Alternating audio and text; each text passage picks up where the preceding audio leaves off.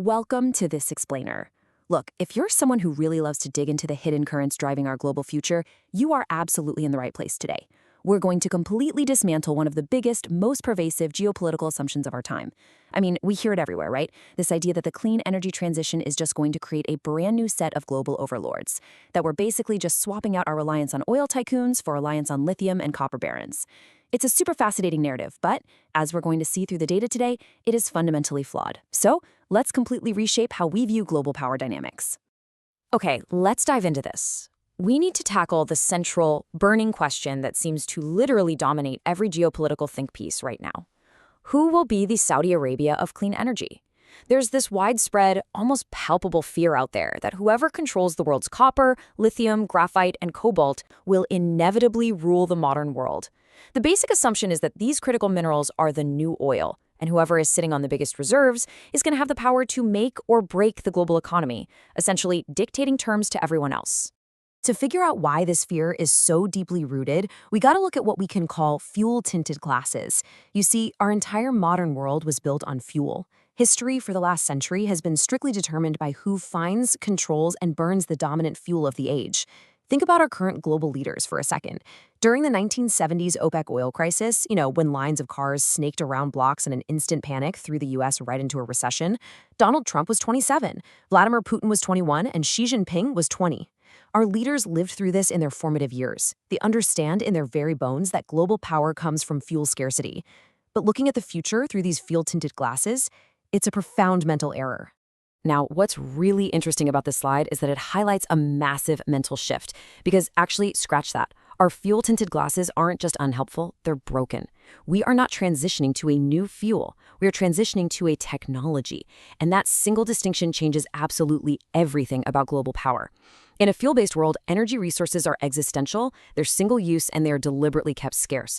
You burn a barrel of oil, it's gone forever, and you immediately need another one just to keep the lights on. But a technology-based world, it operates on completely different physics and economics. It's highly elastic, deeply circular, and surprisingly fungible. Let's test this out with a little thought experiment. We all know the real cartel, OPEC, which seeks to control the price and supply of oil. Well, let's imagine a totally fictional, dominant, critical minerals cartel made up of the major miners of copper and lithium today. That would be Chile, China, and Australia. Now, every good cartel needs a catchy acronym, so let's call them the Pisco Sour, Peking Duck, Foster's Cartel, or the PPF for short. What would actually happen if the PPF suddenly got angry and decided to completely cut off the supply of clean energy minerals to the rest of the world? Let's ground this in reality for a second. Consider a remote town of 55,000 people over in Madagascar called Tolaganaro. Before their energy transition, the town and a local mine ran entirely on heavy fuel oil generators. If OPEC cuts off supply in a fuel-based world, Tolaganaro faces an instant crisis. Literally within days, the lights go out and the local mine totally shuts down. But what happens today?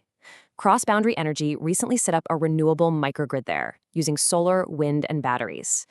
If our imaginary PPF mineral cartel cuts off global lithium and copper supply, well, nothing much changes in Tolaganaro. Without a constant supply of new lithium, their old lithium batteries just keep right on working. Without new copper, their existing copper wires keep right on conducting electricity. You do not require a constant supply of new materials just to survive. So the crucial point is that a technology-based grid completely defies the old, rigid rules of fossil fuel dependence. And it does this because of three fundamental advantages. Number one, as we just saw in Madagascar, it is far less existential. A disruption in supply might halt your future growth, but it doesn't shut down your current survival. Number two, it's highly circular. And number three, it's incredibly fungible. Let's move forward and see how these next two pillars completely break the old monopoly playbook. Check out this stark contrast. 90%. While roughly 0% of the energy from oil can be recycled, you burn it, it turns into smoke, and it is gone forever. We don't burn technology, we use it. Over 90% of renewable energy technologies can be recycled. In fact, that wind turbine powering the town of Tolagnaro in Madagascar, it isn't even new. It's a refurbished turbine they shipped all the way from Italy, and it works beautifully. By the year 2050, there could actually be so much recycled supply floating around the global system that the demand for newly mined input materials might actively begin to decrease. No oil cartel ever had to worry about consumers recycling their gasoline. And then we have fungibility. Now, we aren't talking about mushrooms here. In economics, fungibility basically means almost every input into this energy transition can be substituted for another widely abundant material. If an imaginary cartel tries to squeeze the market and spike the price of copper, what happens? The market simply replaces copper with aluminum. If they try to hoard cobalt, the market replaces it in batteries with iron. And this isn't just theory, by the way. These substitutions have already happened in the real world during temporary price spikes. The absolute power of fungibility means global economic growth simply cannot be held hostage by a single, specific resource. And this brilliantly illustrates the sheer mind-boggling difference in scale between the old world and the new world. It's staggering. We constantly hear about the massive mining requirements for the clean transition, right? But let's look at the actual data. Every single year, to fuel our current system, we extract roughly 16 billion tons of fossil fuels. That's 8 billion tons of coal, 5 billion tons of oil, and 3 billion tons of natural gas, just to burn it. By contrast, from now until 2050, we only need to extract around 230 million tons of end-use transition materials annually. When you put 16 billion tons of single-use fuel next to 230 million tons of reusable technology, the material demand of the future suddenly looks incredibly manageable. I absolutely love this analogy from the source material. We hear the term rare earths and we instantly assume they are critically scarce. But they aren't actually rare in a geological sense at all. They were originally called rare because they were rarely found in their pure form. They were almost always geologically attached to another material. So sure, they're rare, but only in the same way that the Muppet Bert is rare without Ernie. The reality is the materials we need for the energy transition are actually overwhelmingly abundant. So let's summarize exactly why critical minerals totally defy the oil playbook. First, unlike oil, which is genuinely quite rare in the Earth's crust, most of these critical minerals are geologically abundant everywhere. Second, we have this massive false equivalence in our heads. We've identified huge oil reserves because we have spent the last 100 years intensely searching for it. We have barely scratched the surface of exploring for these new minerals at scale. If we try, we can easily diversify. And finally, because of that fungibility and circularity we just talked about, the demand is highly elastic. If someone tries to squeeze supply, the market just flexes, adapts, and buys something else. Now, if you're sitting there and you still aren't convinced that an energy mineral cartel is impossible, well, history is literally littered with actual attempts to corner the copper market.